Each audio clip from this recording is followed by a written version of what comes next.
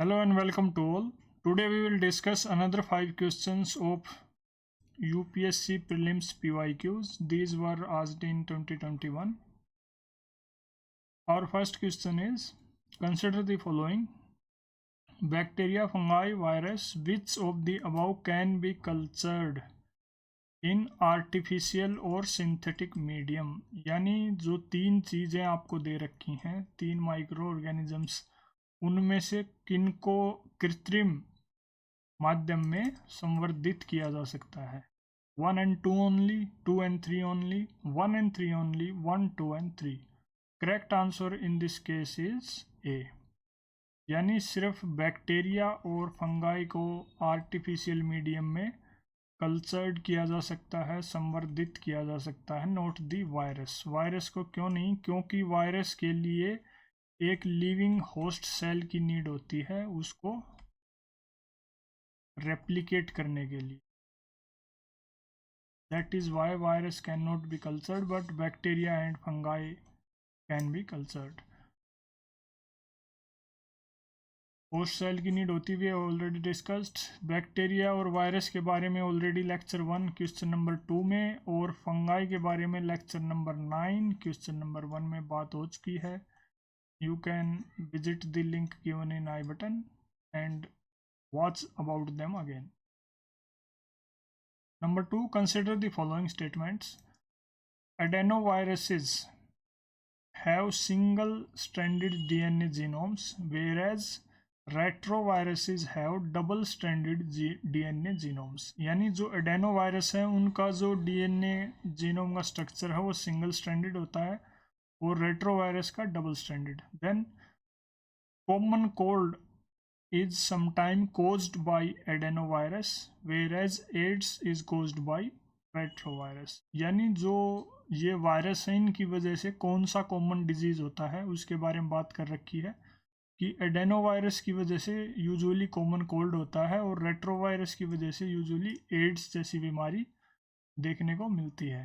Which of the statements given above is or are correct? 1 only, 2 only, both 1 and 2, neither 1 nor 2. कौन सी statement ठीक है ये बताना है आपको। Correct answer in this case is B, यानी सिर्फ सेकंड स्टेटमेंट ठीक है।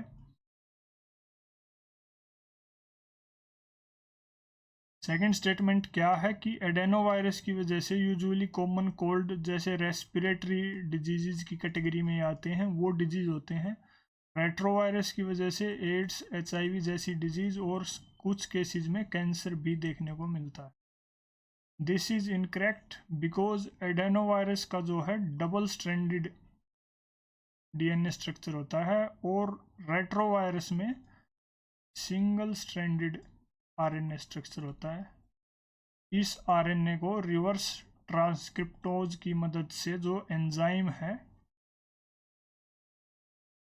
वो इसको कन्वर्ट करता है डबल स्ट्रैंडेड DNA में बाद में। तो एडेनोवायरस क्या है, रेट्रोवायरस क्या है, दोनों ही एक वायरस के टाइप हैं जो अलग अलग डिजीज़ कोज करते हैं बोथ ह्यूमंस और एनिमल्स में।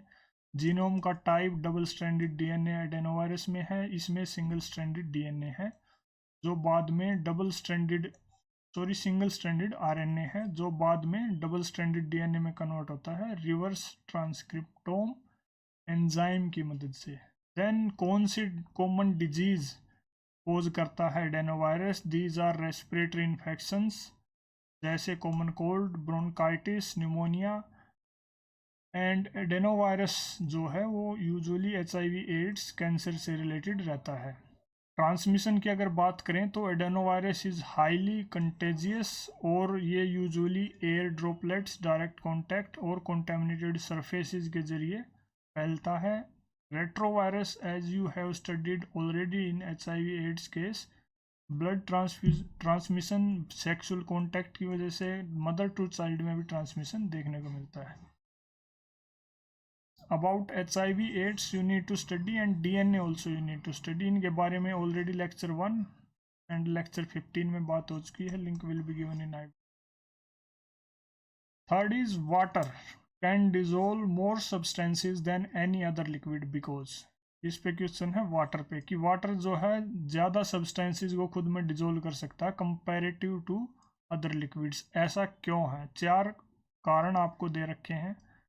It is dipolar in nature, it is good conductor of heat, it has high value of specific heat, it is an oxide of hydrogen. इनमें से कौन सा मतलब रीज़न या फिर कौन सी वजह है जिसकी वजह से पानी खुद में ज़्यादा सब्सटेंसेस को डिजोल्व कर लेता है?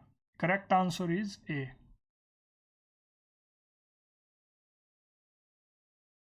डाइपोलर का मतलब क्या है? यहाँ पे पानी, आप जानते हैं water is H2O, 2 hydrogen atom और 1 ऑक्सीजन एटम का एक क्या है? इनऑर्गेनिक कंपाउंड है, इनऑर्गेनिक केमिकल कंपाउंड। ये बना है हाइड्रोजन एटम्स और ऑक्सीजन। हाइड्रोजन जो है पॉजिटिवली चार्ज मॉलिक्यूल्स होते हैं, ऑक्सीजन के नेगेटिवली चार्ज मॉलिक्यूल होते हैं। इस वजह से ये डाइपोलर है नेचर में, यानी पॉजिटिव चार्ज मॉलिक्यूल्स भी आपको देखने को मिलते हैं, नेगेटिवली चार्ज भी, जिसकी वजह से जो भी सब्सटेंसेस पानी में मिलाया जाता है वो ईजिली उसमें घुल जाता है। इसलिए इसको पानी को जो है यूनिवर्सल सॉल्वेंट भी बोलते हैं। डिटेल से अगर बात करें तो ये हमने पढ़ लिया, इनऑर्गेनिक कंपाउंड है, हाइड्रोजन ऑक्सीजन एटम से बना है, डाइपोलर है नेचर में, यूनिवर्सल सॉल्वेंट जिसकी वजह से हो जाता है, हाई स्पेसिफिक हीट है इसकी। हाई स्पेसिफिक हीट कैपेसिटी का मतलब क्या है? कि पानी जो है ज़्यादा से ज़्यादा हीट एब्जॉर्ब कर सकता है और रिलीज भी कर सकता है बिना खुद के टेम्परेचर में कोई बदलाव आने के। मतलब वो खुद के टेम्परेचर में ज़्यादा बदलाव नहीं आने देता और ज़्यादा हीट अब्जॉर्ब भी कर लेता है और रिलीज भी कर देता है। ये मदद करता है क्लाइमेट को स्टेबलाइजेशन करने में।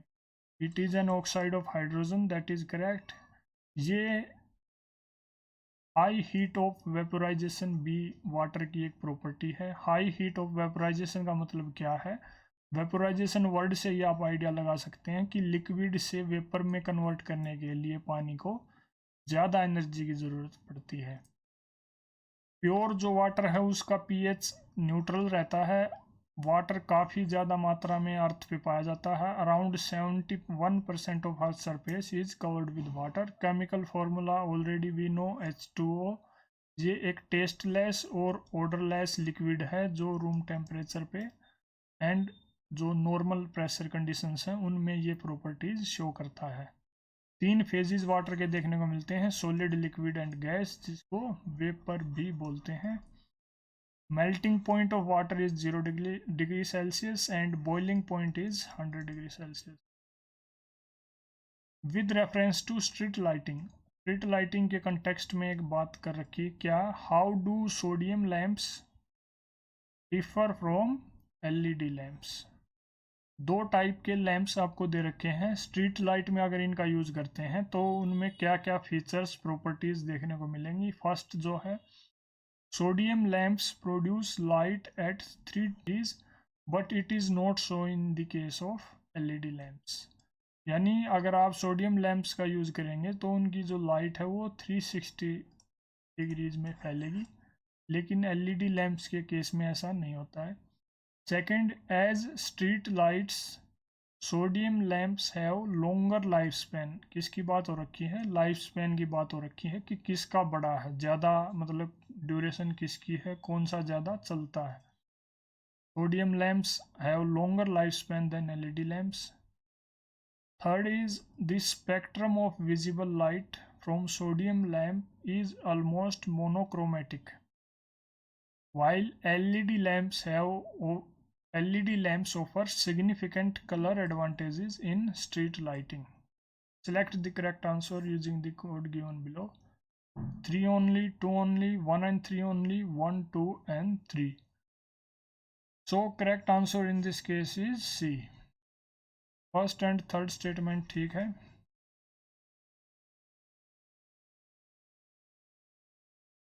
Second is incorrect. Second is incorrect because जो LED लैंप्स हैं उनकी लाइफ स्पैन ज़्यादा होती है सोडियम लैंप्स के कंपैरेटिव में। सोडियम लैंप्स 360 डिग्री में लाइट फैलाते हैं, LED लैंप्स स्पेसिफिकली डिज़ाइन किए जाते हैं कि आपको क्या फीचर्स उनमें चाहिए हैं। थर्ड इज़ जो सोडियम लैंप्स हैं उनमें जो विजिबल लाइट है यानी जो लाइट की स्पेक्ट्रम है वो मोनोक्रोमेटिक का मतलब है एक टाइप की लाइट रहती है। यूजुअली आप देखेंगे येलो कलर येलोइश लाइट रहती है, लेकिन एलईडी लैंप्स में अलग अलग टाइप की लाइट वेराइटीज प्रोड्यूस की जा सकती हैं। सोडियम लैंप्स आपने देखे होंगे इस टाइप से दिखते हैं। LED lamps are like this. Source of light अगर सोडियम लैंप की बात करें तो सोडियम वेपर रहता है एलईडी लैंप्स में। जैसा एलईडी की फुल फॉर्म है light emitting diodes are the source of light. Energy efficiency sodium lamps के केस में लो है, इस केस में हाई है। लाइफ स्पैन भी सोडियम लैंप्स का कम है और एलईडी लैंप्स का ज़्यादा है। लाइट क्वालिटी मोनोक्रोमेटिक रहती है, येलो कलर आपको देखने को मिलता है, लेकिन एलईडी लैंप्स में अच्छी लाइट क्वालिटी रहती है और अलग अलग colour varieties can be seen.